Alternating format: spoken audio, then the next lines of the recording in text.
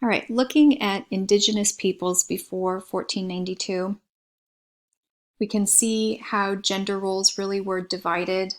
The division of labor tended to be drawn along gender lines, and women tended to be in charge of the household, the farming or agricultural work, which gave them a great sense of power that they held over the community. And most Native American societies tended to be matrilineal, meaning they followed the lineage of the woman's side. When a husband and wife got married, they moved into the wife's family's village. In the Pueblo community, we see that women had a lot of influence in the community. They were able to leave marriages, choose new partners without stigma, but women's work tended to center on the inside of the walls of the Pueblo.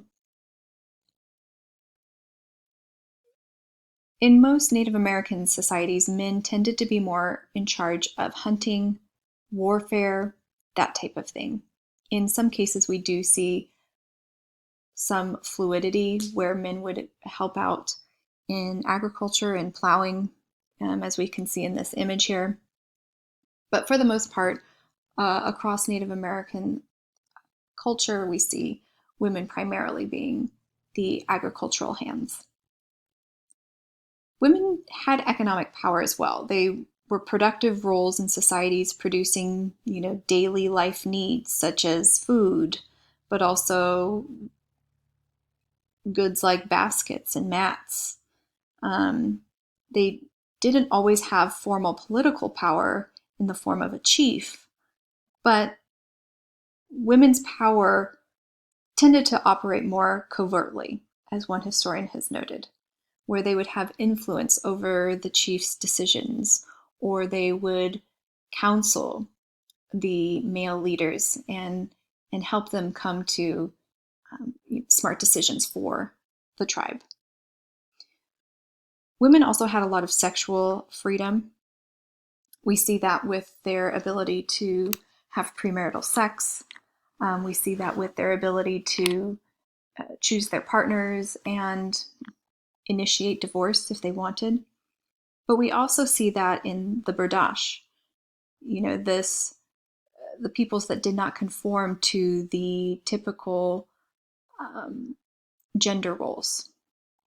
It's a form of transgendering that gave women this power, and men as well, this power to sort of move more fluidly between biological sex and sociological defined gender roles.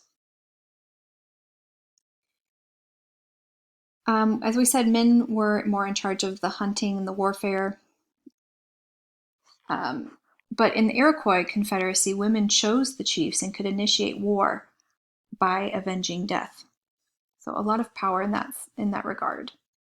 And we also see the Algonquin women participating in trade. So we tend to see a lot more of an egalitarian society, meaning there was sort of an equalness amongst men and women's roles throughout the various Native American societies.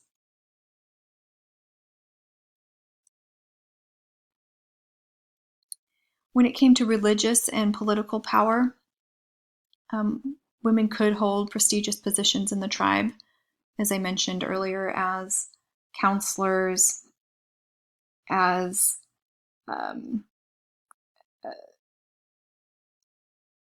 the wise elders to the chiefs. But they were also believed to be mediators between the supernatural and the natural world. They could work as shamans. One of the overarching beliefs of Native American spirituality or religion is that everyone belongs and everything is one, right? So the belief in everyone belonging and being of one entity. This gave a great source of power for women in the belief that there was this universal spiritual force, that everything fit together and worked together to flow and to bring balance to the world. Women also had equal rights in the sense to have, the quest for spiritual understanding. This was something that was understood between men and women, very much unlike the Europeans, especially the Puritans. That they could have the same religious rights, the same spiritual entitlement as men could. So in a lot of ways, we see women as equal members of society, right? As producers, as having political power and the council members to their tribes.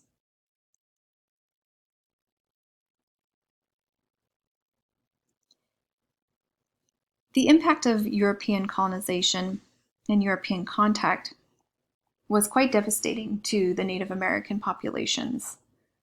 The Columbian Exchange brought a lot of disease, warfare, and death to Native American peoples. But it also had a significant influence on the Native American culture.